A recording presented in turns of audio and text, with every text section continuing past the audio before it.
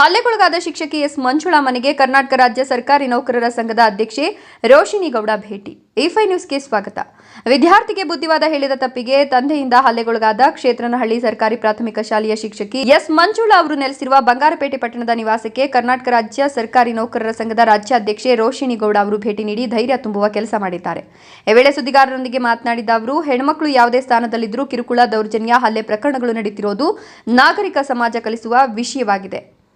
ಅದೇ ರೀತಿ ನಿನ್ನೆ ವಿದ್ಯಾರ್ಥಿಗೆ ಬುದ್ಧಿವಾದ ಹೇಳಿದಕ್ಕೆ ವಿದ್ಯಾರ್ಥಿಯ ತಂದೆ ಶಿಕ್ಷಕಿಯ ಮೇಲೆ ಮಾಡಿರುವ ಹಲ್ಲೆ ಅಕ್ಷಮ್ಯ ಅಪರಾಧ. ಅಪರಾಧಿ ಮೇಲೆ ಪ್ರಕರಣ ದಾಖಲಾದರೆ ಮಾತ್ರ ಸಾಲದು, ಆತನಿಗೆ ಸೆರೆವಾಸ ಶಿಕ್ಷೆ ವಿಧಿಸಬೇಕು. ಇಲ್ಲವಾದಲ್ಲಿ ರಾಜ್ಯದ ಸರ್ಕಾರಿ ನೌಕರರ ಸಂಘದ ಮಹಿಳಾ ಘಟಕದ ವತಿಯಿಂದ ಕೆಜಿಎಫ್ ಎಸ್ಪಿ ಕಚೇರಿ ಮುಂಭಾಗ ಪ್ರತಿಭಟನೆ ಮಾಡಲಾಗುವುದು ಅಂತ ಎಚ್ಚರಿಕೆ ಕೊಟ್ಟರು. ಹಿಂದಿನ ಕಾಲದಲ್ಲಿ ಗುರುವಿನ ಗುಲಾಮನಾಗುವ ತನಕ ದೊರೆಯದಣ್ಣ ಮುಕುತಿ ಎಂಬ ಮಾತಿತ್ತು. ಆದರೆ ಇಂದು ವಿದ್ಯಾರ್ಥಿಗಳನ್ನ ಮಾತನಾಡಿಸೋದೇ ತಪ್ಪಾಗಿದೆ. ಇದು ಯಾವ ನ್ಯಾಯ ಅನ್ನೋದನ್ನ ಸಾರ್ವಜನಿಕರೇ ಉತ್ತರಿಸಬೇಕಿದೆ ಅಂತ ಬೇಸರ ವ್ಯಕ್ತಪಡಿಸಿದ್ರು.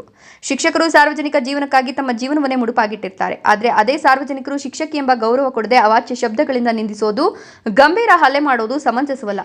ಹೆಣ್ಣಿನ ಮೇಲೆ ಹಲ್ಲೆ ಮಾಡುವ ಪ್ರಕರಣಗಳು ಇನ್ನು ಮುಂದೆ ಮರುಕಳಿಸಲೇಬಾರದು ಅಂತ ನಾಗರಿಕ ಸಮಾಜಕ್ಕೆ ಮನವಿ ಮಾಡಿಕೊಂಡ್ರು. ರಾಜ್ಯದ ಯಾವುದೇ ಇಲಾಖೆಯಾಗಲಿ ಯಾವುದೇ ಸ್ಥಳದಲ್ಲಾಗಲಿ ಕರ್ತವ್ಯ ನಿರ್ವಹಿಸುತ್ತಿರುವ ಮಹಿಳಾ ನೌಕರರಿಗೆ ರಕ್ಷಣೆ ಸಿಗಬೇಕು. ವಿಶೇಷವಾಗಿ ಮಕ್ಕಳಿಗೆ ಶಿಕ್ಷಣ ಕೊಡುವ ಶಿಕ್ಷಕಿಯರಿಗೆ ಸುರಕ್ಷತೆ ಬೇಕು.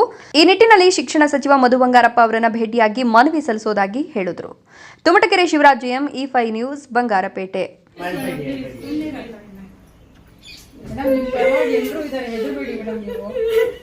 ಅಲ್ಲ, ಸ್ಕೂಲ್ ಮಕ್ಕಳನ್ನ ತನ್ನ ಮಕ್ಕಳು ಅಂತ ಭಾವಿಸ್ಕೊಂಡು ಮಾಡೋರ್ಗೆ ಈ ತರ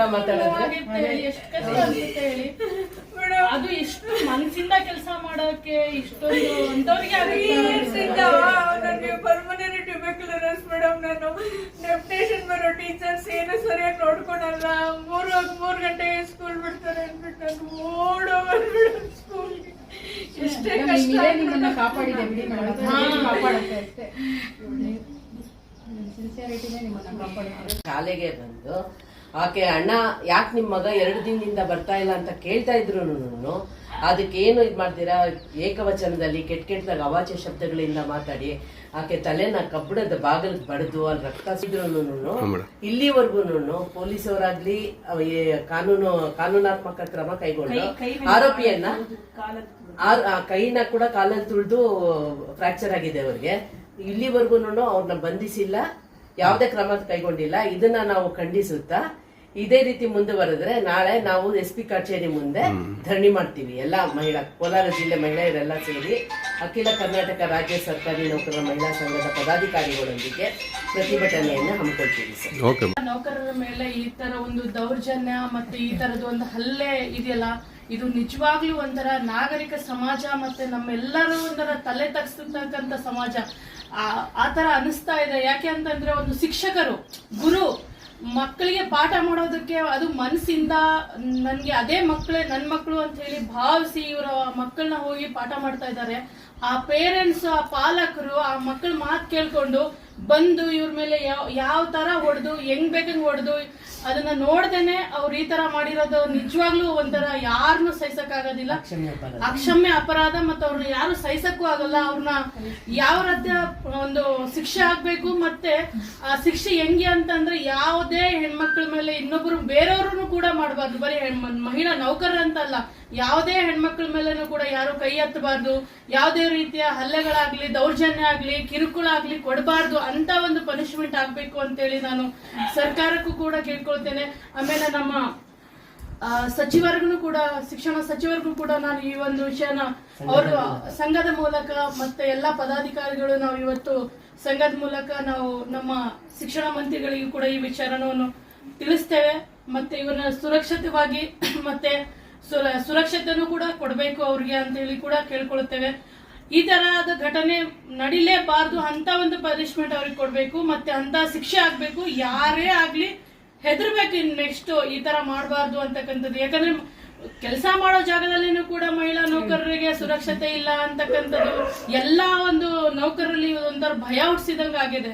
ಇವತ್ತು ನಾವು ಕೆಲಸ ಮಾಡ್ಬೇಕು ಅಂತಂದ್ರೆ ಭಯ ಆದಂಗಾಗಿದೆ. ಯಾರ ಜೊತೆ ಯಾವ ರೀತಿಯಲ್ಲೂ ಮಾತಾಡಂಗಿಲ್ಲ.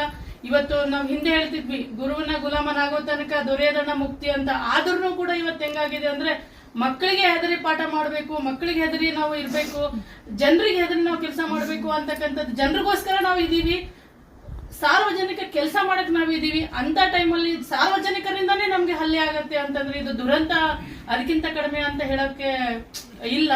ಸೊ ಸಾರ್ವಜನಿಕರಿಗೋಸ್ಕರ ನಾವಿದೀವಿ, ಅವ್ರಿಗೆ ಒಳ್ಳೇದ್ ಮಾಡ್ಬೇಕು ಅಂತ ನಾವಿದೀವಿ, ಕೆಲಸ ಮಾಡ್ತಾ ಇದೀವಿ, ಸರ್ಕಾರಿ ಕೆಲಸ ಮಾಡ್ತಾ ಇದೀವಿ. ಅಂತದ್ರಲ್ಲಿ ಸಾರ್ವಜನಿಕರಿಂದ ಈ ತರದ ಘಟನೆಗಳು ನಡೆದ್ರೆ ಯಾರಿಂದನೂ ಸಹಿಸಕ್ ಆಗೋದಿಲ್ಲ, ಮತ್ತೆ ಸಂಘಟನೆನೂ ಕೂಡ ಸಹಿಸಲ್ಲ. ಅವ್ರಿಗೆ ಶಿಕ್ಷೆ ಆಗ್ಬೇಕು. ಆಮೇಲೆ ಇದನ್ನ ನಾವು ಸರ್ಕಾರಕ್ಕೆ ಇವ್ರಿಗೆ ನ್ಯಾಯ ಸಿಗ್ಬೇಕು. ನ್ಯಾಯ ಇವ್ರಿಗಂತಲ್ಲ ಎಲ್ಲರಿಗೂ ಸಿಗ್ಬೇಕು ಅಂತಕ್ಕಂಥದ್ದನ್ನ ಹೇಳ್ತೀನಿ. ಬಿಕಾಸ್ ಇದೊಂದು ಉದಾಹರಣೆ ಆಗಿದೆ. ಪಾಪ ಅವ್ರು ಎಷ್ಟು ಮನಸ್ಸಿಂದ ಅವ್ರ ಕೆಲಸನ ಮಾಡಿದ್ದಾರೆ.